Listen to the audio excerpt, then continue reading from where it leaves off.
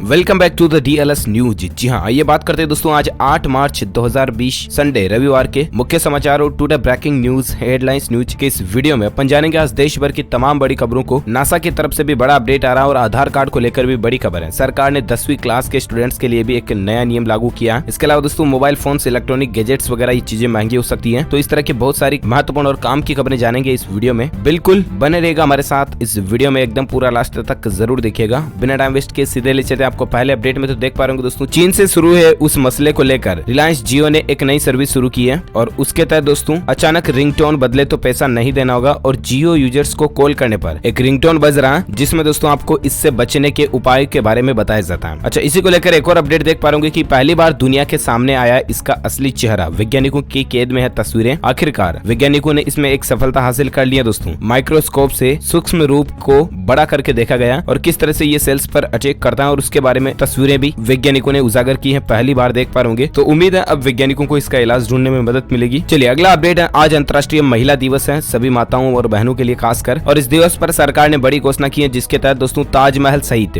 कई सारे स्मारक में महिलाओं का प्रवेश बिल्कुल निःशुल्क रहेगा। यानी कि आज के दिन अगर महिलाएं, माताएं, बहनें ताजमहल वगैरह में या टूरिस्ट प्लेस पर इंडिया में विजिट करने जाती है तो उनको टिकट वगैरह नहीं लेना पड़ेगा और बिल्कुल फ्री में वो इन चीजों को एंजॉय कर पाएंगी। चलिए अगला अपडेट देख पा रहे करोड़ों EPFO सब्सक्राइबर्स के लिए अच्छी खबर है। अब आपको स्मार्टफोन पर ही मिलेगी ये सुविधा। जी हाँ, कर्मचारी भविष्य निधि संगठन यानी कि EPFO ने जानकारी दी है कि पेंशन पेमेंट ऑर्डर PPO और यूनिवर्सल अकाउंट नंबर यानी कि UAN अब सरकारी ई लॉकर सर्विस डिग्गी लॉकर में भी उपलब्ध होगा। EPFO ने ट्वीट करके बात की जानकारी दी है। ज्यादा इन्फॉर्मेशन आप देख पा रहे होंगे। और साथ ही नेक्स्ट अपडेट है दोस्तों, नासा को अंतरिक्ष में मिला खजाना। इसकी कीमत इतनी है कि अगर इसको धरती के हर एक आदमी को बांट दिया जाए ना तो हर आदमी अरबपति बन जाएगा। इतना बड़ा खजाना नासा को अंतरिक्ष में मिला। जी हाँ, चौंक गए होंगे, आपको भी यकीन नहीं हो रहा होगा। लेकिन आपको बता दें, दरअसल नासा ने अंतरिक्ष में बड़ी मात्रा में लोहे का आसमानी भंडार खोज निकाला। असल में ये एक ग्रह है, क्षुद्र ग्रह, छोटा तारा है। इसका नाम है 16 साइकी और करीब दोस्तों 120 मील चौड़ा ये ग्रह पूरी तरह से लोहे का यानी आयरन का बना हुआ। और इतना ही नहीं, इसमें सोना यानी गोल्ड, प्लेटिनम, निकल के भंडार भी शामिल है। अगर इस पूरे ग्रह को बेचा जाए दोस्तों तो इसकी कीमत इतनी होती है कि धरती का हर आदमी अरबपति बन जाएगा। ये वैज्ञानिकों के लिए एक बहुत बड़ी कामयाबी है। देखते हैं अब क्या वैज्ञानिक इस ग्रह का इस्तेमाल धरती की भलाई के लिए कर पाते हैं या नहीं, भविष्य में क्या अपडेट आते हैं। फिलहाल अगली खबर देख पा रहे यस बैंक को लेकर। यस बैंक में अधिकतम 10,000 करोड़ की निवेश की सीमा तय की है, SBI के चेयरमैन का ये कहना है। जी हाँ दोस्तों, आपको पता होगा यस बैंक कल ही बर्बाद हुआ था और ऐसे में उसके बाद भारतीय स्टेट बैंक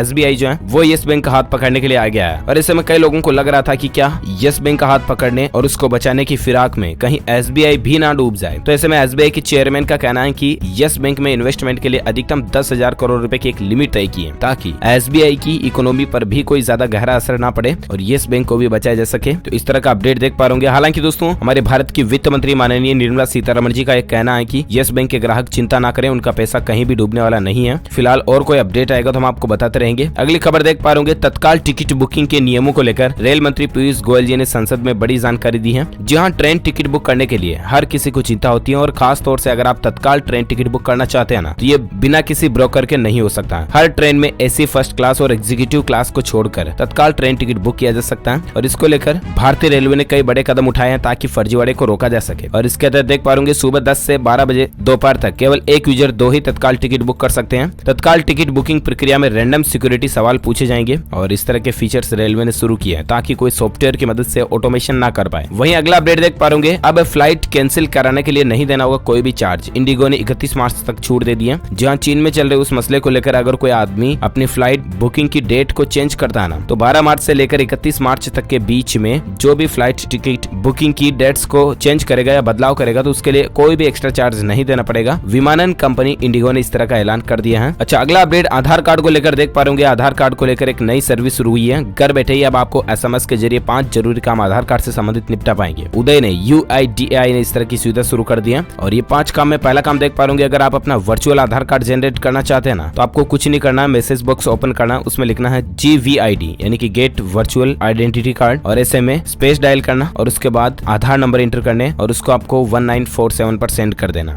ये एग्जांपल भी दिया हुआ है। आधार को अगर आप लॉक करना चाहते हैं तो उसके लिए भी यहाँ पर एक SMS दिया हुआ है, लॉक UID करके स्पेस लगाना, फिर आधार नंबर लिखना और उसके बाद 1947 पर सेंड कर देना। अगर अनलॉक करना चाहते हैं तो वही सेम प्रोसीजर, अनलॉक स्पेस आधार नंबर। और SMS के आधार पर अगर आप बायोमेट्रिक लॉक करना चाहते हैं तो उसके लिए भी अलग प्रोसेस दिया हुआ है यहाँ पर, इनेबल लॉक, इनेबल अनलॉक वगैरह वगैरह। तो इस तरह से आप अपने आधार कार्ड को पूरी तरह से मोबाइल SMS सर्विस से भी कंट्रोल कर सकते हैं। उदय ने इस तरह की सुविधाएं शुरू कर दी हैं। और साथ ही अगला अपडेट देख पा रहे होंगे दोस्तों, 10वीं क्लास के सिलेबस में शामिल हुआ जम्मू कश्मीर पुनर्गठन कानून। जी हाँ दोस्तों, जम्मू कश्मीर विद्यालय शिक्षा बोर्ड ने 10वीं क्लास के राजनीतिक विज्ञान विषय के पाठ्यक्रम में जम्मू कश्मीर पुनर्गठन कानून 2019 से जुड़ा एक चैप्टर शुरू किया है। किताब है सामाजिक विज्ञान लोकतांत्रिक राजनीति 2 के अध्याय 8 के चौथे खंड में राज्य के पुनर्गठन से संबंधित अध्याय को शामिल किया गया। ये एक अच्छी पहल है जम्मू कश्मीर सरकार की तरफ से, जिसमें 10वीं क्लास के छात्रों को जम्मू कश्मीर की हिस्ट्री के बारे में तो पता चलेगा सही से। और साथ ही अगला अपडेट देख पा रहे होंगे, भ्रष्टाचार का आरोपी होने पर सरकारी कर्मचारियों को नहीं मिलेगा पासपोर्ट। सरकार ने ये एक बड़ा फैसला लिया और वाकई में बहुत ही अच्छा फैसला है, ताकि भ्रष्ट सरकारी कर्मचारी देश को छोड़कर बाहर नहीं जा पाएंगे और इसीलिए सरकार ने ये फैसला लिया है। और नेक्स्ट अपडेट देख पा रहे होंगे, छोटे कारोबारियों के लिए खुशखबरी है, शुरू हुआ GST कंपोजिशन स्कीम के लिए आवेदन। जहां वित्त वर्ष 2020-21 में GST कंपोजिशन योजना से जुड़ने के लिए आवेदन शुरू हो चुके हैं। मौजूदा पंजीकृत करदाताओं को इसके लिए 31 मार्च 2020 से पहले GST पोर्टल पर ऑनलाइन रजिस्ट्रेशन यानी कि आवेदन करना होगा। और ये स्कीम विशेष रूप से छोटे व्यापारियों के लिए है। GSTN द्वारा जारी किए गए विज्ञप्ति के अनुसार इसमें छोटे कारोबारी स्मॉल बिजनेसमैन जो है वो अपना हिसाब किताब रखने, रिटर्न फाइल करने और कर जमा करने के मामले में कई तरह की रियायतें दी गई है इनको। और सालाना 1.5 करोड़ रुपए तक का बिजनेस करने वाले बिजनेसमैन इस योजना के तहत आवेदन कर सकते हैं। और भी ज्यादा इन्फॉर्मेशन इसके बारे में आप देख पा रहे। और अगला अपडेट है, सरकार ने एयर इंडिया में NRI को 100% निवेश की मंजूरी दे दी है। जी हाँ दोस्तों, सरकार ने बुधवार को प्रवासी भारतीयों को एयर इंडिया में 100% हिस्सेदारी लेने की अनुमति दे दी है। सरकार एयर इंडिया में अपनी पूरी हिस्सेदारी बेच रही है। केंद्रीय मंत्री प्रकाश जावड़ेकर ने कहा कि प्रधानमंत्री नरेंद्र मोदी की अगुवाई में मंत्रिमंडल की बैठक में प्रवासी भारतीयों यानी कि NRI को एयर इंडिया में 100% हिस्सेदारी लेने को मंजूरी मिल चुकी है। इस तरह से दोस्तों अब एयर इंडिया कंपनी पूरी तरह से कम्प्लीटली प्राइवेट कंपनी बनने जा रही है। और साथ ही अगला अपडेट देख पा रहे होंगे, जहरीली खाद छोड़ जैविक खेती से जुड़े 19 लाख किसान। आप भी सरकार से इस तरह से 50,000 रुपए की मदद ले सकते हैं और जैविक खेती शुरू कर सकते हैं। अगर आप जैविक खेती यानी कि ऑर्गेनिक फार्मिंग शुरू करना चाहते हैं तो मोदी सरकार आपको 3 साल तक के लिए प्रति हेक्टेयर 50,000 रुपए सहायता राशि के रूप में देती है। और ऑर्गेनिक खेती के लिए सर्टिफिकेशन लेना भी जरूरी है। तो इस तरह से इसके लिए सरकार ने एक नई योजना बनाई है जिसका नाम है PKVY यानी कि परंपरागत कृषि विकास योजना। और जिससे दोस्तों आपको परंपरागत खेती करने के लिए, प्राकृतिक खेती करने के लिए प्रति हेक्टेयर 50,000 रुपए मिलेंगे। सरकार ने इसके लिए 1632 करोड़ रुपए का अलग से बजट भी आवंटन किया। PM मोदी ने कहा था कि हमें धरती माँ को बीमार बनाने का हक नहीं है। इसके बाद जैविक खेती पर फोकस किया गया। परंपरागत कृषि विकास योजना के तहत केंद्र सरकार 3 साल के लिए प्रति हेक्टेयर 50,000 रुपए की सहायता राशि देती है। तो आप अपने नजदीकी कृषि केंद्र जाकर के इस योजना का फायदा भी ले सकते हैं और इस योजना के बारे में ज्यादा जानकारी भी प्राप्त कर सकते हैं। और साथ ही नेक्स्ट अपडेट देख रहे होंगे कि महंगे हो सकते हैं mobile phones, electronic textile products. कारण क्या है आखिर? जहां वैसे ही महंगाई की मार कम है, जो अब आने वाले दिनों में रेडीमेड कपड़े, मोबाइल फोन्स, मेडअप्स ये चीजें महंगी हो सकती हैं। 14 मार्च को एक बार फिर से GST काउंसिल की बैठक होने वाली है और इसमें GST की दरों पर फैसला हो सकता है। और सूत्रों के मुताबिक जानकारी निकल कर आ रही है, उसके अनुसार सरकार ऐसे कई आइटम्स पर GST की दरों में बदलाव कर सकती है। GST काउंसिल की बैठक में IDC को ठीक करने की कवायद है और ऐसा करने से सरकार सालाना करीब 25,000 करोड़ रुपए बचाएगी। और ऐसे में दोस्तों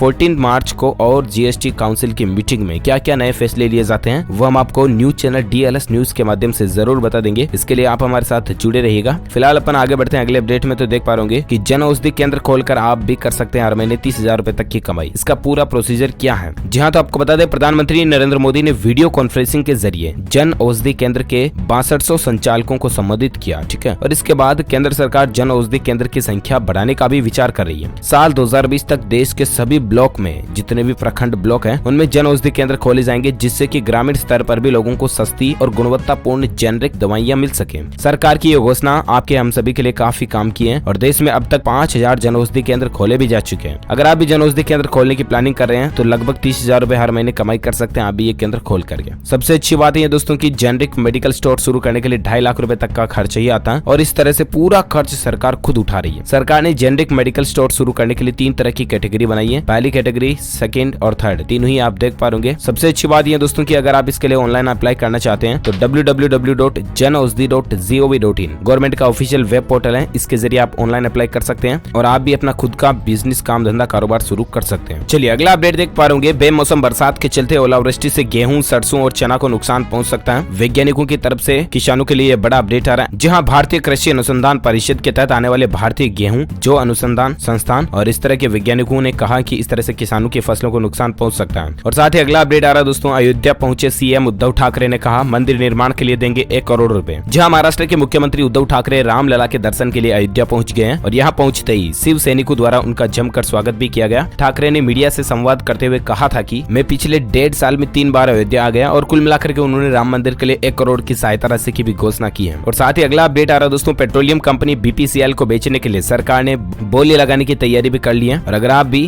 बीपीसीएल में अपना पैसा इन्वेस्ट करना चाहते हैं तो इसके लिए बोली लगा सकते हैं। वैसे बड़े लेवल के काम है, बट न्यूज अपडेट्स के तौर पर मैं आपको बता रहा हूँ। और साथ ही अगले अपडेट में बात करें दोस्तों आज के पेट्रोल और डीजल के रेट्स की, तो देख पा रहे आज भी कीमतों में कटौती देखने मिली है। 14 पैसे प्रति लीटर पेट्रोल के रेट्स में कटौती हुई है और वहीं डीजल में भी कुछ पैसों की कटौती हुई है। उसके बाद बेसिकली दिल्ली, मुंबई, कलकत्ता और चेन्नई देश के 4 बड़े महानगरों में पेट्रोल डीजल के रेट लिस्ट क्या चल रहे हैं तो आप स्क्रीन पर देख सकते हैं। चलिए बात करें अगले अपडेट में, तो सोना चांदी के भाव की सराफा बाजार में, तो देख पा रहे होंगे दोस्तों चीन में चल रहे उस मसले के चलते सोना चांदी में तेजी देखी जा रही है लगातार। और अभी सोने का रेट चल रहा है 45,000 रुपए प्रति 10 ग्राम और वहीं चांदी का रेट चल रहा है, जिसके बारे में भी जानकारी आप स्क्रीन पर देख सकते हैं। ओके दोस्तों, इसी के साथ ही आज की बड़ी खबरें, मुख्य समाचार, to the breaking news, India news, headlines news का अपडेट वीडियो फिनिश होता है। और हाँ, आप हमें नीचे कमेंट करके जरूर बताएगा दोस्तों कि हमारे सौर मंडल में कुल कितने ग्रह हैं। जी हाँ, हमारे धरती का सौर मंडल जो है सूर्य, उसके परिवार में टोटल कितने ग्रह हैं। जो लोग इसका सही जवाब इस वीडियो के नीचे कमेंट बॉक्स में देंगे वो रैंडमली पिक किए जाएंगे हमारी डीएलएस न्यूज टीम की तरफ से और आप जीत सकते हैं एक शानदार सरप्राइज गिफ्ट जो कि गिव अवे के रूप में आप तक पहुंचा दिया जाएगा। और इसके साथ ही ये आज के ब्रेकिंग न्यूज अपडेट ये फिनिश होते हैं। अगर आपको वीडियो अच्छा लगा तो इसे लाइक कीजिए, अच्छा नहीं लगा तो डिसलाइक कीजिए और साथ ही शेयर जरूर करना अपने दोस्तों के साथ फेसबुक और व्हाट्सएप पर, ताकि ये इन्फॉर्मेशन उन तक भी पहुंच पाए। जय हिंद, जय भारत, वंदे मातरम।